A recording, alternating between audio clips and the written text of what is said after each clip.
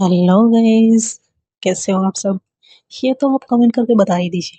मेरे चैनल में आप सबका स्वागत है। आप सुन रहे हैं अवनी और सुमन की लव स्टोरी, जिसका नाम है बेइंतहा। पिछले पार्ट में आपने क्या सुना था वो तो आप सब जानते ही होंगे।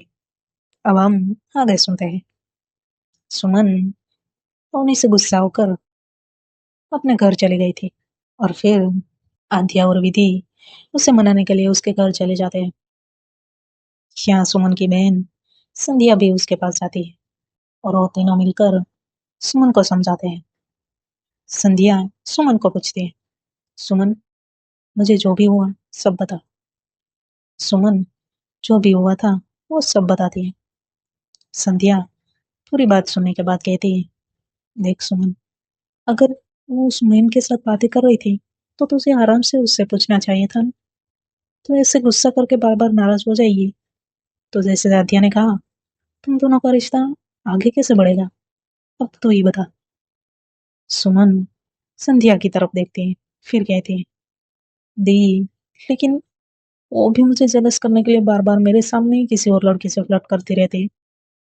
अब आप ही बताइए मैं क्या करूं?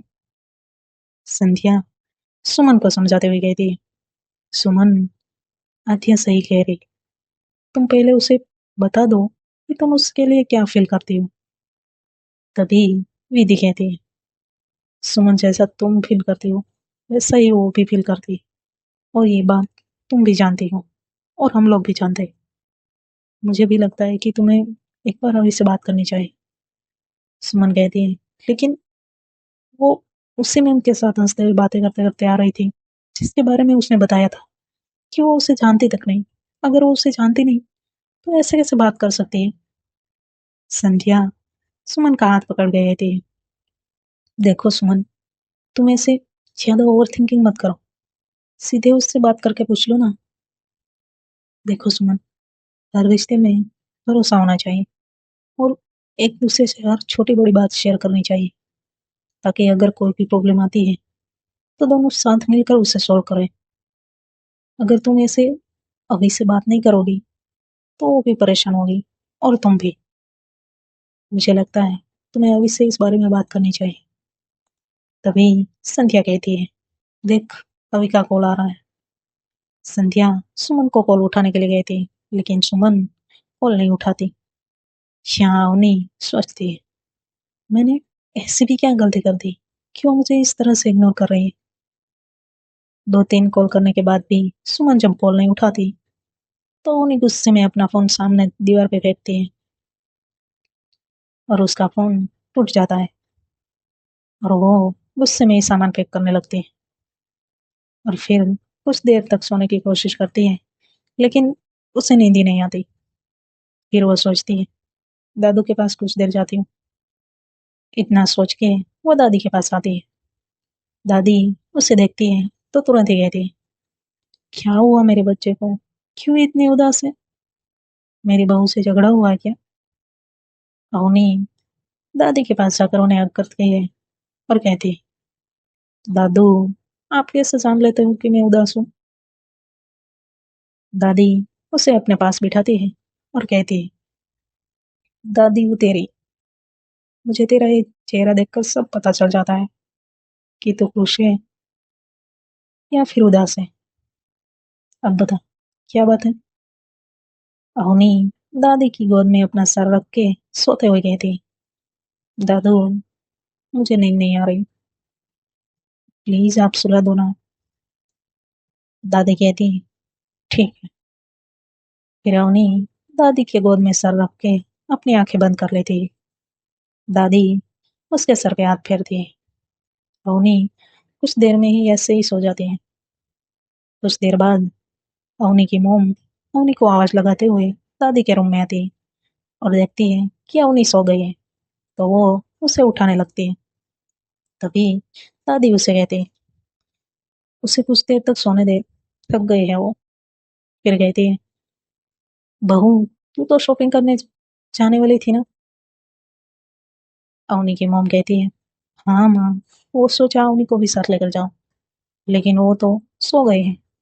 दादी कहती है, तो ऐसा कर, मनोज को साथ लेकर जा। अवनी की मॉम कहती है, माँ मैंने पहले उन्हें ही कहा था, लेकिन उन्होंने कहा कि उन्हें काम है। दादी कहती है, ठीक है तो रेडी हो जा, मैं उससे कहती हूँ। इसे कैसे नहीं मानेगा वो? इतना कह के वो अपने बेटे को कॉल करके उससे आने को कहती है। पहले तो वो मना करता है, लेकिन दादी के कहने पर वो आ जाता है। दादी कहती है, मनोज ये क्या है? जितना ध्यान तो अपने काम में देता है ना, उतना ही अपने परिवार पे भी तो दिया कर। जब देखो तब काम काम और काम। जा बहू के साथ शॉपिंग करने। तभी अवनी के पापा कहते हैं, माँ मुझे काम है, और अभी कहाँ पर है, उन्हें भेज दीजिए ना। दादी मुस्कुराती है और कहती है, बेटा वो सो रही है, तू जा। अवनी के पापा कहते हैं, ठीक है माँ। फिर वो दोनों पति पत्नी शॉपिंग करने चले जाते हैं। यहाँ विधि और आद्या सुमन को समझाने के बाद अपने अपने घर चले जाते हैं। संध्या अभी भी सुमन के पास ही थी। वो भी उसे बहुत समझा रही थी, लेकिन सुमन के दिमाग में एक ही बात चल रही थी कि अगर वो अवनी उस मैम को जानती तक नहीं, तो उसे ऐसे हंसते हुए बातें क्यों कर रही थी। कुछ देर बाद संध्या उसे समझाने के बाद अपने रूम में चली जाती है और अपने काम में बिजी हो जाती है। शाम को जब अवनी के मॉम डैड शॉपिंग के बाद वापस आते हैं, तो वो तुरंत ही रेडी हो जाते हैं और अवनी को उठाकर उन्हें भी रेडी होने को कहते हैं। फिर सब रेडी होकर गाँव जाने निकल जाते हैं। हैप्पी जब अवनी को कॉल करती है, तो अवनी का कॉल नहीं लग रहा था। वो सोचती है, अवनी का कॉल क्यों नहीं लग रहा। यहाँ हैप्पी को भी पता नहीं था कि अवनी शादी में गाँव जाने वाली है। अवनी ना चाहते हुए भी शादी में चली जाती है। दादी को पता था कि अवनी और सुमन के बीच में जरूर कुछ अनबन हुई है, इसलिए वो जितना हो सके उतना उसे खुश रखने का प्रयास कर रही थी। लेकिन अवनी फेक स्माइल ही करती थी। कार में बैठने के बाद दादी की गोद में सर रख के अपनी आंखें बंद कर लेती है। नींद तो उसे आ नहीं रही थी, लेकिन वो उसके मॉम डैड को दिखा भी नहीं सकती थी कि उसे कुछ हुआ है। उसके पापा पूछते हैं कि उसे क्या हुआ है, तो अवनी कहती है, पापा कुछ भी तो नहीं हुआ, बस थोड़ा सा सर दर्द है और कुछ नहीं। उसके मॉम डैड भी कुछ नहीं कहते। 2 घंटे के सफर के बाद ये सब जहाँ शादी थी वही गांव में पहुंच जाते। अब रात हो गई थी, तो वो सब जाकर अपने रिश्तेदारों से मिलते हैं। अवनी को देखकर सब लोग बहुत ही खुश हो जाते हैं। अवनी वहाँ एक छोटे बच्चे को देखती है, तो वो बहुत ही खुश हो जाती है। वो तुरंत ही जाकर उसे अपनी गोद में लेकर उसके साथ मस्ती करने लगती है। अवनी उस बच्चे को देखकर सब भूल जाती है। दादी अवनी को ऐसे खेलते देखती है, तो उसे भी अच्छा लगता है।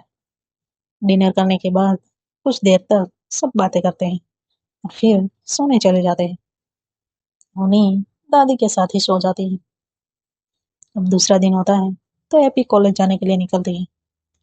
वो देखती है कि अवनी के घर पे ताला लगा हुआ है। वो सोचती है, अवनी ने उससे परसों ही कहा था कि वो दूसरे कॉलेज में जाने वाला है। क्या वो सच में चली गई होगी? इतना सोच के वो अवनी को कॉल लगाती है, लेकिन अवनी का फोन तो टूट गया था, तो लग ही नहीं रहा था।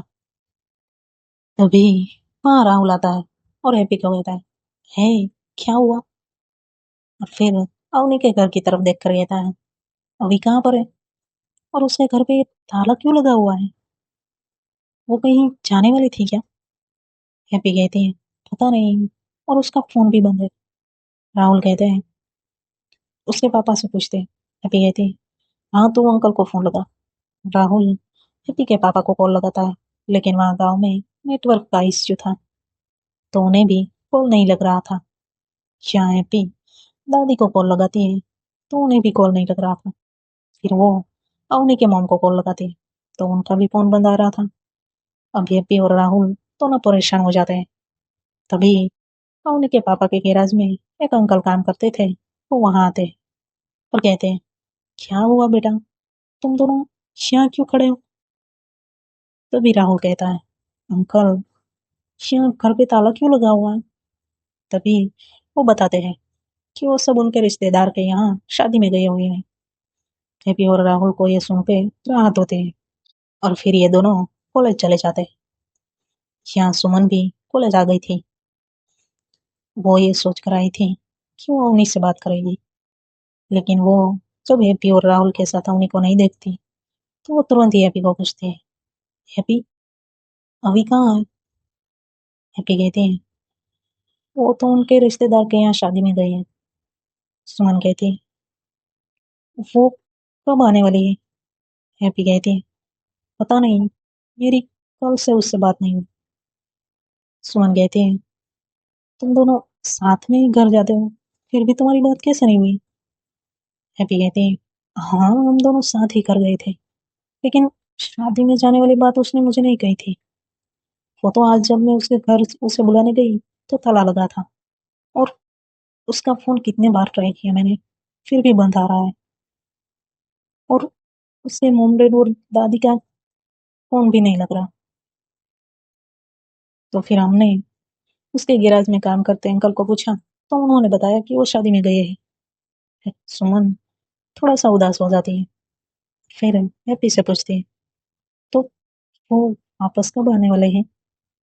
हैप्पी कहती है, मुझे भी नहीं पता कि वो कब वापस आने वाले हैं। फिर कहती है, वैसे सुमन, तुम्हारी उससे बात हुई या नहीं? सुमन ना मैं अपना सर हिलाती। हैप्पी कहती है, वैसे सुमन, अगर तुम्हें बुरा ना लगे तो एक बात कहूँ? सुमन कहती है, नहीं। हैप्पी कहती है, सुमन, माफ करना, लेकिन तुम्हें अवनी से ऐसे गुस्सा होकर जाना नहीं चाहिए था। वो कितनी परेशान थी तुम नहीं जानती। वो तो तुम्हारे घर भी आना चाहती थी, लेकिन आंटिया ने मना किया, इसलिए वो नहीं आई। और अमन ने कहा कि तुम्हारे पापा को हम जैसे लोग पसंद नहीं है, तो तुम मत जाओ, इसलिए वो नहीं आई। सुमन जब ये सुनती है तो वो कुछ भी नहीं कहती, क्योंकि वो अच्छी तरह से जानती थी कि उसके पापा को मिडिल क्लास लोग बिल्कुल भी पसंद नहीं। कुछ देर तक चुप रहने के बाद वो हैप्पी को कहती, happy, oh, I am sorry. Happy कहती है, तुम सॉरी क्यों कह रही हो? सुमन कहती है, अभी नहीं, कुछ और कहा था। हैप्पी कहती है, हाँ, लेकिन तुम ये जानकर क्या करोगी? तुम तो उससे बात भी नहीं करना चाहती, तो फिर मैं तुम्हें क्यों बताऊं? तभी आध्या वहां पर आती है और कहती है, क्या बातें हो रही है? फिर कहती है, अभी कहाँ है? वो कहीं दिख नहीं रही।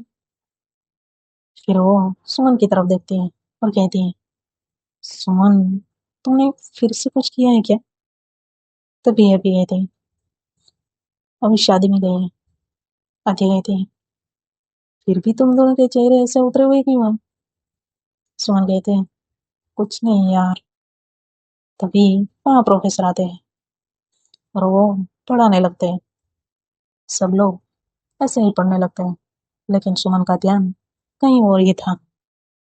उसका दिल और दिमाग अवनी के बारे में ही सोच रहा था, क्योंकि अवनी ने उसे कई बार कॉल किया था, लेकिन उसने एक भी कॉल रिसीव नहीं किया था। उसके लेक्चर ऐसे ही खत्म हो जाते हैं। ब्रेक के टाइम पे हैप्पी कल जो अवनी ने उसे कहा था वो सब सुमन को बताती है, और फिर कहती है, देखो सुमन, अवनी को एक बार धोखा मिल चुका है। उस वक्त वो बहुत ही टूट चुकी थी, लेकिन प्लीज तुम उसे धोखा मत देना, क्योंकि कल अमन ने जो बताया उससे तो अभी को ही लगता कि वो तुमसे दूरी बना कर ही रहे। इसलिए उसने मुझे कल कहा था कि वो कॉलेज छोड़ देगी। सुमन जब ये सुनती है तो वो उदास हो जाती है। वो कुछ देर तक कुछ भी नहीं कह पाते। विधि कहती है, तो फिर हमें उसे रोकना चाहिए। फिर सबको कहती है, देखो दोस्तों, हम अभी को कहीं नहीं जाने देंगे, कुछ भी हो जाए, लेकिन अभी हमारे साथ ही रहेगी। क्यों सुमन? सुमन की आंखें नम हो गई थी, वो कुछ भी नहीं बोल पा रही थी। हैप्पी कहती है, सुमन, एक तुम ही हो जो उसे रोक सकते हो, वरना और सच में हम सबको छोड़कर चली जाएगी। वो किसी की बात नहीं सुनते। सुमन ये सुनकर रोने लगती है और कहती, नहीं, मैं उसे खुद से तो कभी नहीं जाने दूंगी। अगर वो जाना भी चाहे तो भी मैं उसे कहीं नहीं जाने दूंगी।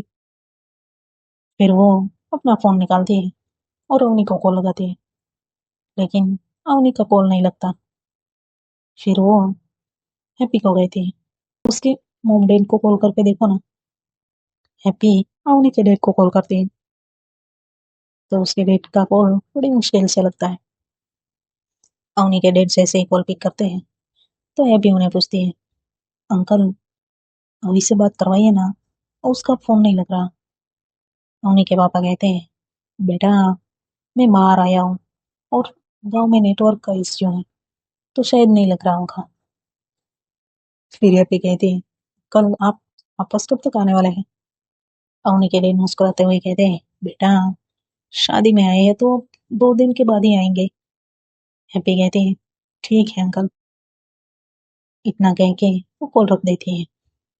यहाँ सुमन हैप्पी को पूछती है, हैप्पी क्या हुआ, अंकल ने क्या बताया? हैप्पी बताती है, वो 2 दिन बाद आने वाले हैं और वहाँ गांव में नेटवर्क का इश्यू है, तो अवनी से बात नहीं हो पाएगी। सुमन परेशान हो जाती है और कहती है, अब हम क्या करें, वो कौन से गांव में है ये भी तो हमें पता नहीं है।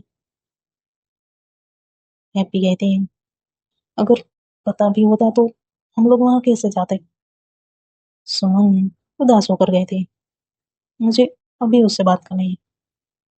तभी अमन कहता है, सुमन अब 2 दिन की ही तो बात है और हम उसे कहीं नहीं जाने देंगे, तुम शांत हो जाओ। आद्या सुमन के पास आती है और सुमन का हाथ पकड़ के कहती है, सुमन अमन सही कह रहा है, हम उसे कहीं नहीं जाने देंगे। और तू ऐसे रोने लगी तो उसे भी शायद अच्छा ना लगे। अभी तू शांत हो जा। सुमन शांत होते है। तभी राहुल वहां आता है और कहता है, गाइस कल से 2 से 3 दिन की छुट्टी है। यह सुनकर सुमन अभी जो थोड़ा सा शांत हुई थी, खड़े होकर कहती है, क्या मतलब 3 दिन तक कभी से बात नहीं हो पाएगी? राहुल कहता है, कॉलेज में छुट्टी है इसका मतलब ये थोड़ी ना है कि तुम इससे नहीं मिल पाओगी। अभी जब यहाँ आएगी तो हम कहीं ना कहीं बाहर मिल लेंगे, उसमें इतना ज्यादा परेशान होने की बात नहीं है। हैप्पी कहती है, हाँ सुमन राहुल सही कह रहा है, 2 दिन के बाद हम लोग ऐसा करते हैं, मूवी देखने जाएंगे और मैं अभी को लेकर आ जाऊंगी और तुम सब लोग भी आ जाना, ठीक है ना सुमन? सुमन कहती है, अगर अभी नहीं आई तो? तभी विधि कहती है, ऐसे कैसे नहीं आएगी वो, हम उसे उसके घर से किडनैप करके ले आएंगे। सब ये सुनकर हंसने लगते हैं। सुमन भी हल्का सा मुस्कुराती है और फिर कहते हैं, ठीक है, तो फिर ये तय रहा कि 2 दिन बाद हम मूवी देखने जा रहे हैं। और फिर हैप्पी और राहुल को कहते हैं, तुम दोनों मिलकर उसे ले आना, वरना मैं तुम दोनों से बात नहीं करूंगी। राहुल कहता है, वो तो तुम हम पे छोड़ दो, कुछ भी करके हम उसे जरूर ले आएंगे। अगर वो मना करेगी तो जैसे विधि ने कहा वैसे किडनैप करके भी ले आएंगे। फिर वो सुमन की ओर देख कर कहता है, यार अब तो मुस्कुरा दो। सुमन मुस्कुराते हैं। फिर सब वापस क्लासरूम में आ जाते हैं और देखते हैं कि जिस प्रोफेसर का लेक्चर था वो छुट्टी पर है। तो वो सब वापस गार्डन में जाकर मस्ती करने लगते हैं। कॉलेज टाइम जब ओवर हो जाता है तो सब अपने अपने घर चले जाते हैं। आज के लिए इतना ही, देखते हैं आगे क्या होता है। Bye bye, take care, Radhe Radhe.